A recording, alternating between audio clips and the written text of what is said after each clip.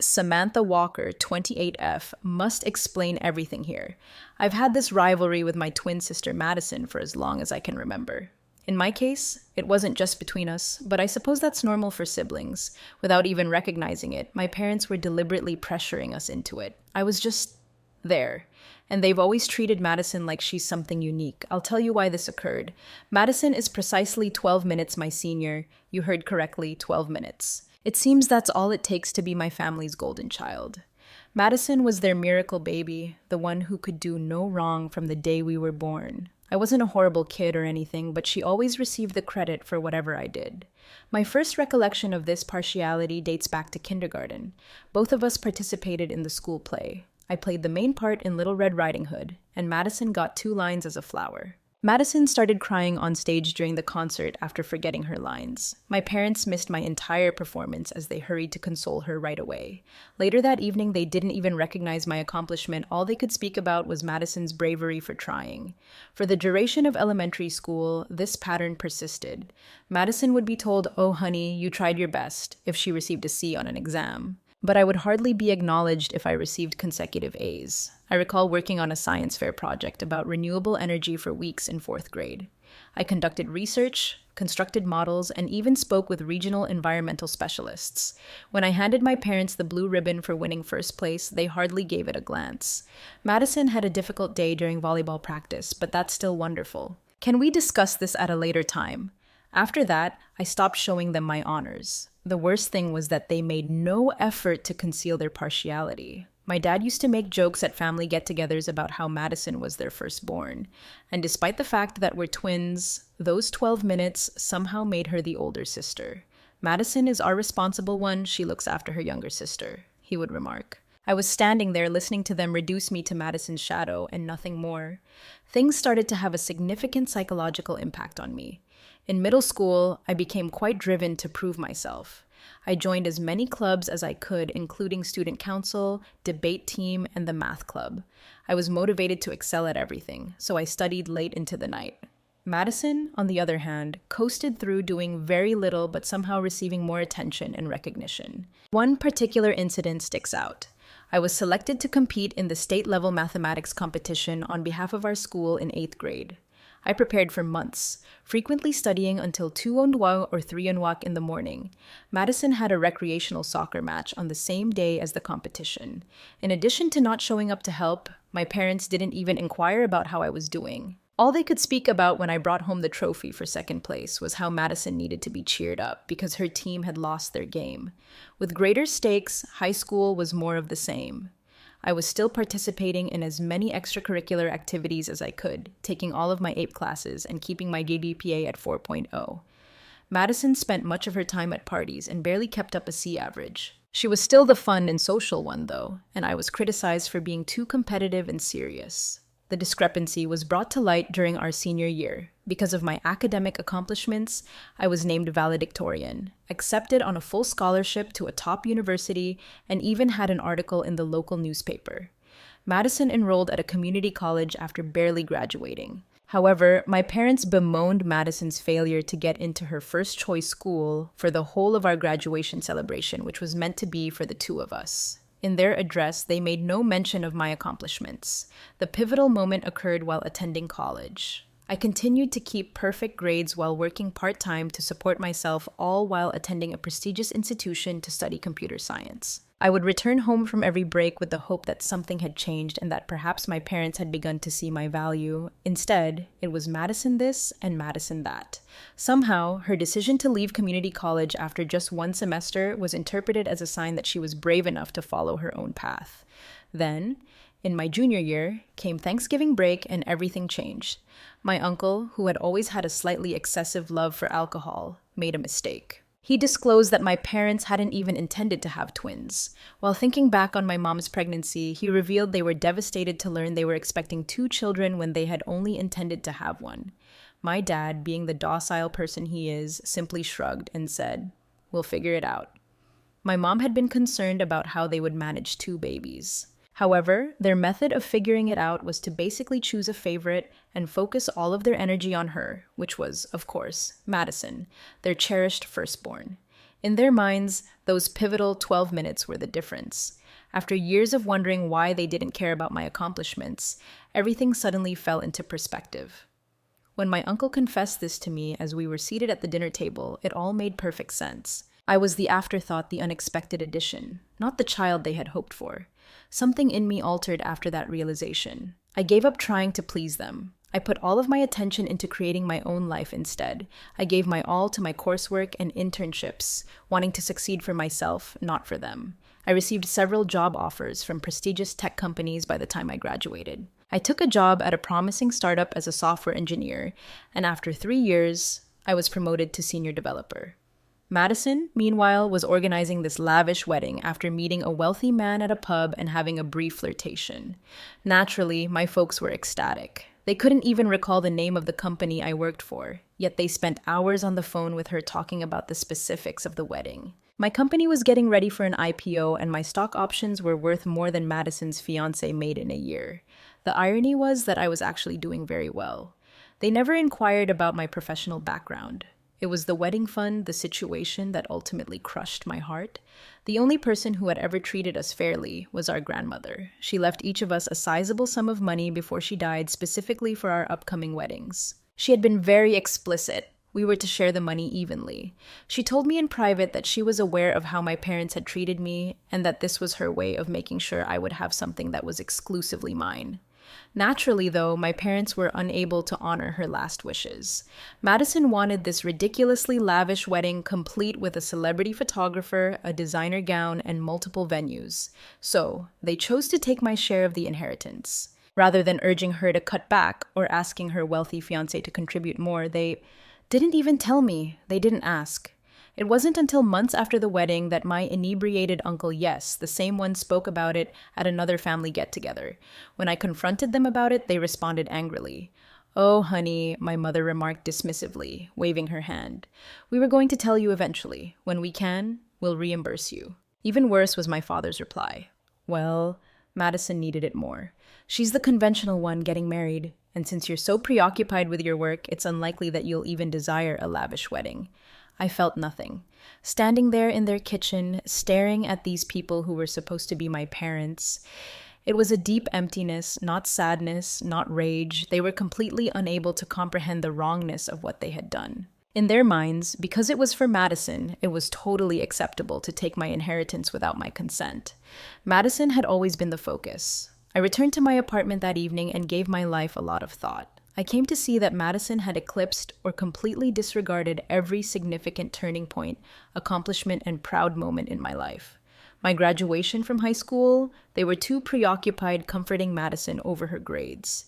Due to Madison's difficulties at community college, my college scholarship was hardly recognized.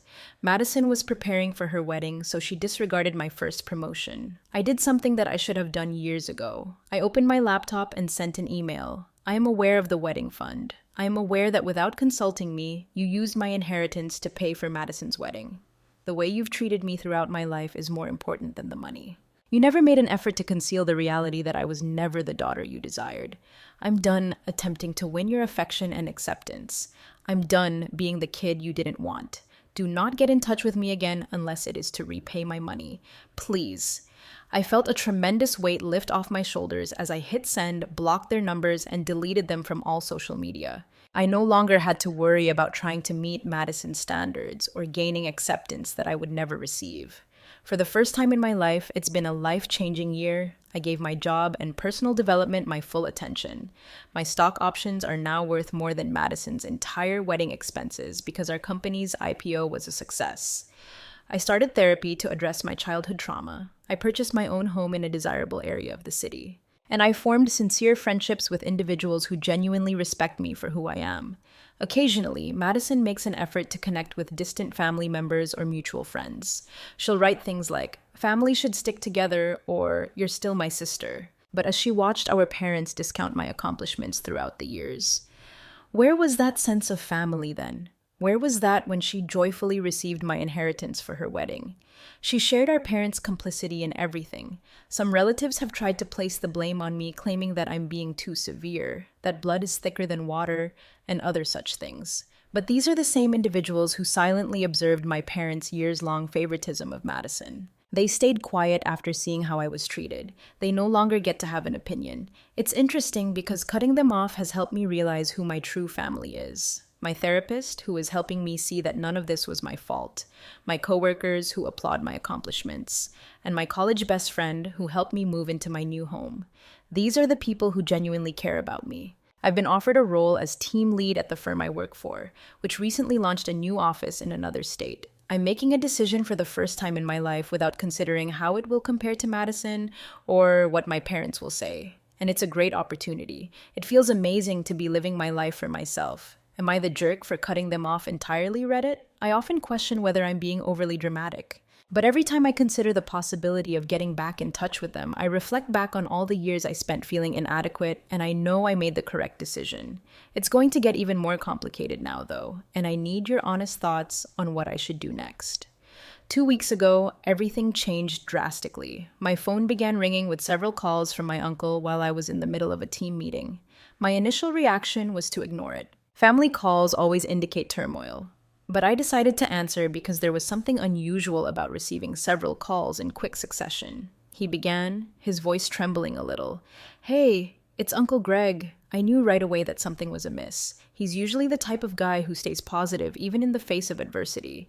"I need to discuss your parents with you." I felt sick to my stomach. I knew this couldn't be good news. I hadn't heard from them in 2 years. "What's happening?" I asked, trying to speak steadily. "They were involved in an accident. A rather poor one. They're in the medical facility." He paused. I heard him inhale deeply. "Their car was struck by a truck that ran a red light. Your dad is in critical condition, and your mom has several fractures.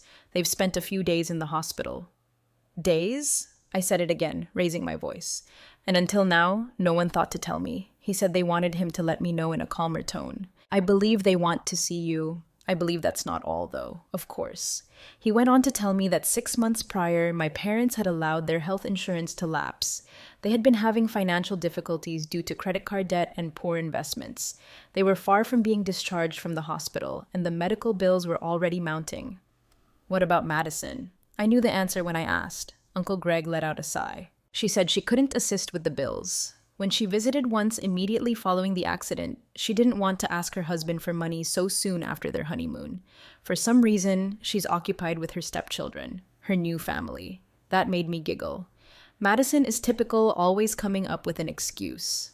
Madison was too proud to approach her wealthy husband for assistance with our parents' medical bills, even though she had no trouble taking my fortune for her wedding. I sat in my office for a while after I hung up with Uncle Greg, gazing out the window at the skyline of the city. I didn't miss the irony, now that my stock options had vested and I had more than enough money saved to pay for their medical expenses.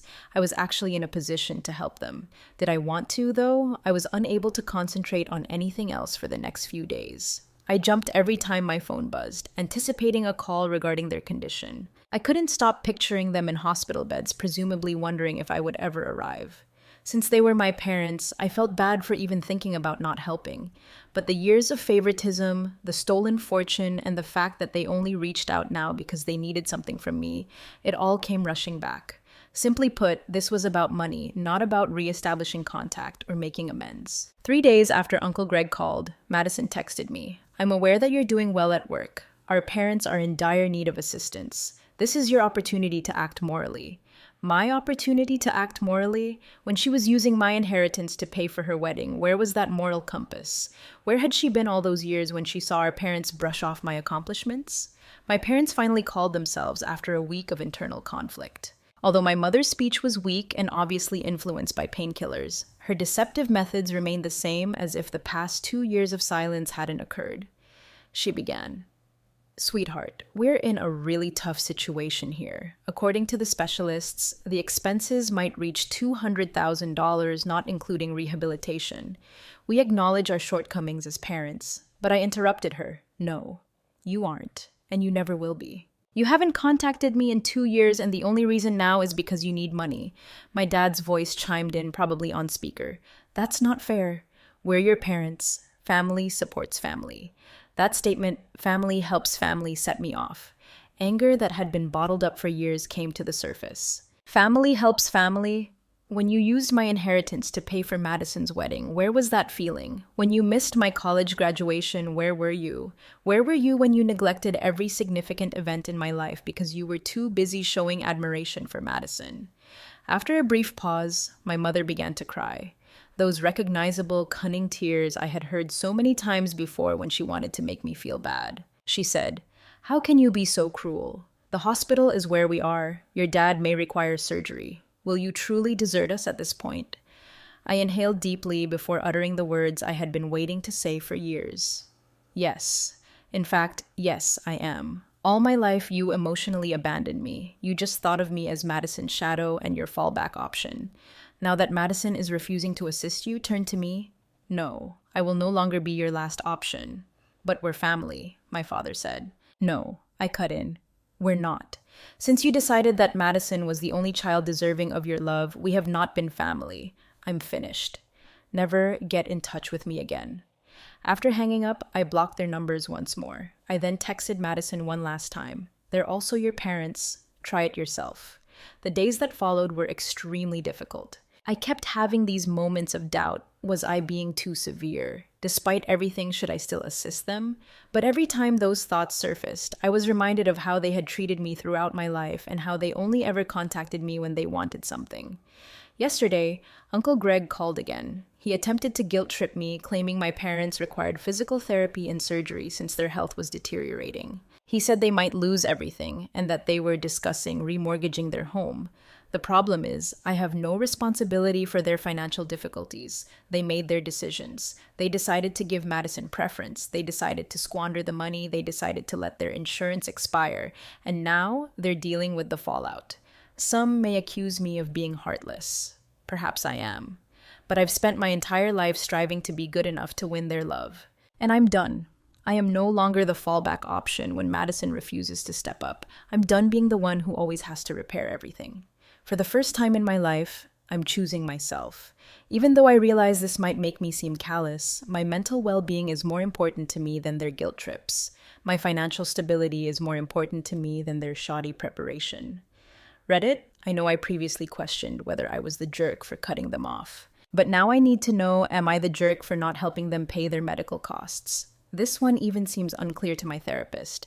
While I feel bad about it, I also think this is just another instance of them only wanting me around when they need me. And believe me, the narrative doesn't end here. The situation is about to become considerably more intricate. My life took yet another drastic change. 3 days ago, I was enjoying a peaceful evening at home after a very demanding workday during which we had completed preparations for the opening of our new office. My doorbell rang at precisely 8:07 p.m. I was studying some project paperwork, enjoying a glass of pricey red wine, a minor luxury I now allow myself, and some classical music playing softly in the background. I hadn't ordered anything, and most of my friends usually text before dropping by, so I wasn't expecting anyone. I froze. Peering through the peephole, Madison was standing there, looking like the affluent trophy wife she had become, complete with a fashionable gown, flawless makeup, and a $15,000 Hermes Birkin purse in her hand. I was painfully aware of the irony. That bag alone could have paid for a sizable portion of our parents' medical expenses. I briefly considered pretending I wasn't home. But over the past few weeks, I had undergone a transformation. I was no longer the person who squirmed around Madison. She had intimidated me for too long, and I had allowed her to win more. I opened the door with my cool, controlled, and slightly dismissive corporate boardroom demeanor. Leaning against the doorframe, I remarked, "Well, if it isn't my dear sister, what brings you to my humble abode?" Without waiting for an invitation, Madison swept by me and entered my apartment, typical of her. Her gaze moved across my living area, taking in the original artwork on the walls, the contemporary furnishings, and the floor-to-ceiling windows that overlooked the city skyline. I could picture her mentally listing everything, most likely contrasting it with her suburban McMansion. She said, "Nice place," in a tone that suggested the exact opposite. "Very cozy." She used the word cozy with that special emphasis affluent people give to something they think is beneath them. "Stop wasting your time, Madison. Why have you come here?" She turned to me, adjusting her scarf, an anxious habit from childhood. Mom and Dad are deteriorating. Mom's physical therapy isn't covered by their payment plan, and Dad needs emergency surgery for internal bleeding they initially missed. Unless they provide proof of payment, the hospital is threatening to suspend treatment. They're discussing selling the house. I saw her knuckles whiten as she gripped her fancy purse more tightly. Madison, in her classic form. She was clearly preparing for something. And that's my problem because I arched an eyebrow, purposefully imitating her patronizing tone from our early years. "Because you can help them," she said, her immaculate exterior beginning to falter.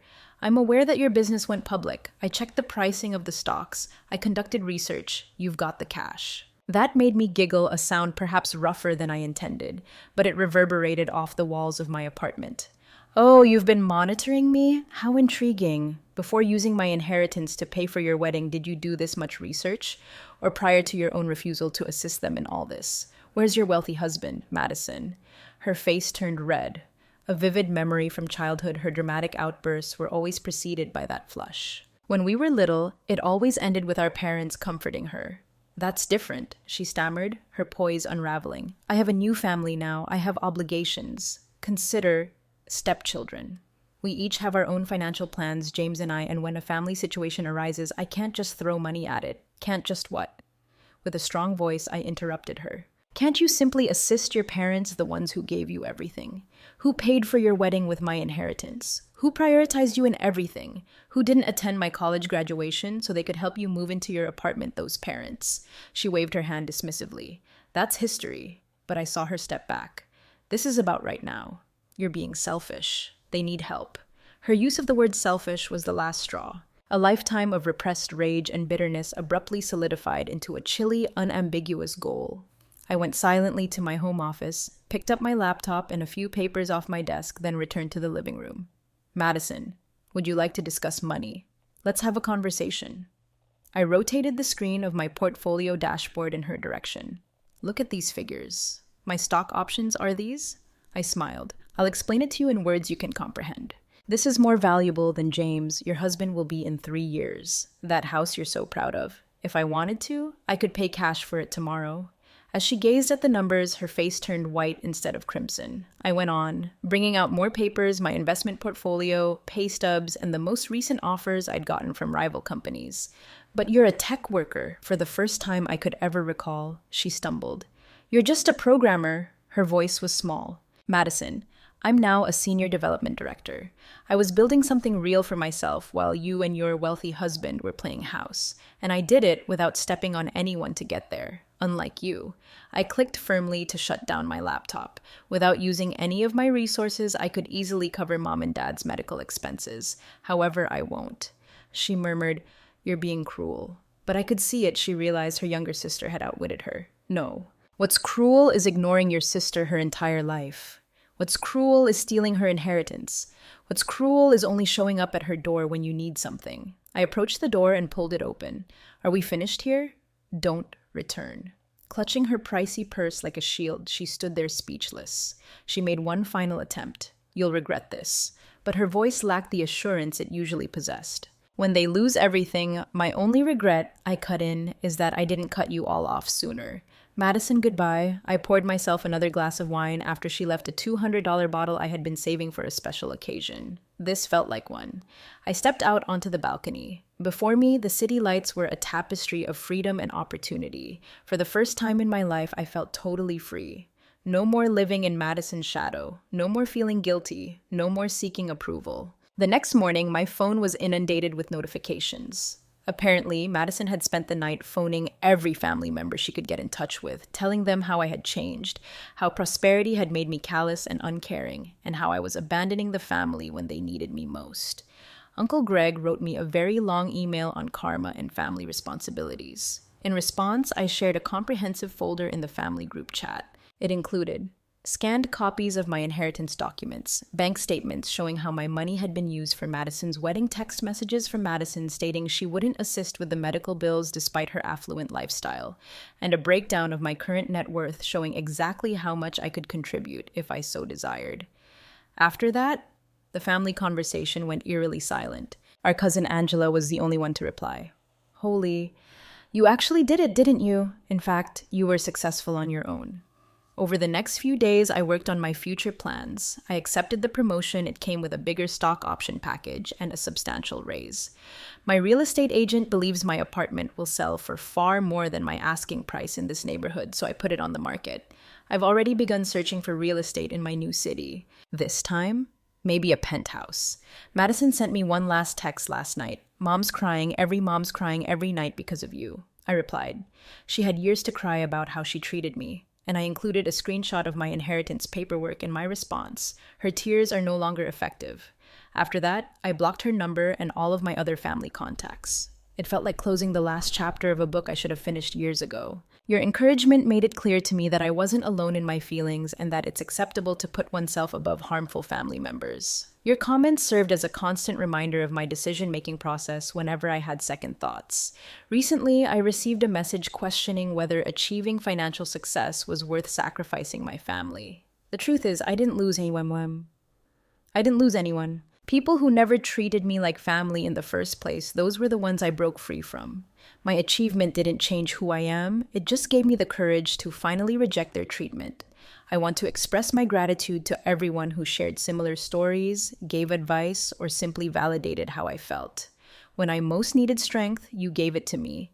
Next week, I'll begin looking for a home in my new city. A new life, a new career, and a new home. For the first time, I'm looking forward to the future without being constrained by obligations to people who never saw me clearly. To some, perhaps I seem cold. However, I've come to this crucial realization. Sometimes, being branded selfish by toxic individuals is a sign that you're finally advocating for yourself. Reddit, thank you. I was able to discover my value and my voice thanks to you. Thank you for watching. If you haven't subscribed yet, please do so and hit the notification bell to stay updated with more shocking real-life stories happening around you.